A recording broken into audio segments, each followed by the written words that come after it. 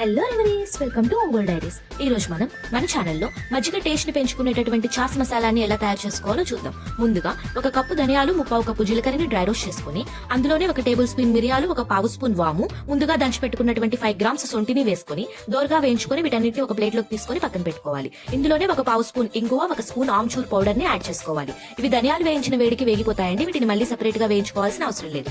ఇప్పుడు అదే కడాయిలో కడిగి ఆరబెట్టుకున్నటువంటి కొంచెం కొత్తిమీర, కరివేపాకు, పుదీనా వేసుకుని కరివేపాకు పట్టుకుంటే విరిగిపోయేలా వచ్చేంత వరకు వేయించుకొని వీటిని కూడా చల్లారబెట్టుకోవాలి. వీటన్నింటినీ ఒక మిక్సీ జార్ లో గ్రైండ్ చేసుకున్న పౌడర్ ని జల్లెడ పట్టుకోవాలి. ఈ విధంగా జల్లెడ పట్టుకున్నటువంటి మెత్తటి పొడిని ఒక ఎయిర్ టైట్ డబ్బాలో స్టోర్ చేసుకుంటే మనకి 3 నుంచి 4 నెలల పాటు ఫ్రిడ్జ్ లో అవసరం లేకుండా బయటనే స్టోర్ ఉంటుందండి. ఇప్పుడు 1 కప్పు పెరుగుకి 3 కప్పుల నీరు యాడ్ చేసుకుని మజ్జిగ చేసుకుని ఇందులో మనం తయారు చేసుకున్నటువంటి చాస్ మసాలాని 1 స్పూన్ యాడ్ చేసుకుంటే అంతేనండి, మన బాడీ హీట్ ని తగ్గించేటటువంటి టేస్టీ మజ్జిగ తయారవుతుంది. మీరు కూడా ఈ రెసిపీని ట్రై చేసి మీకు ఎలా వచ్చిందో నాకు కామెంట్ బాక్స్ లో తెలియజేయండి.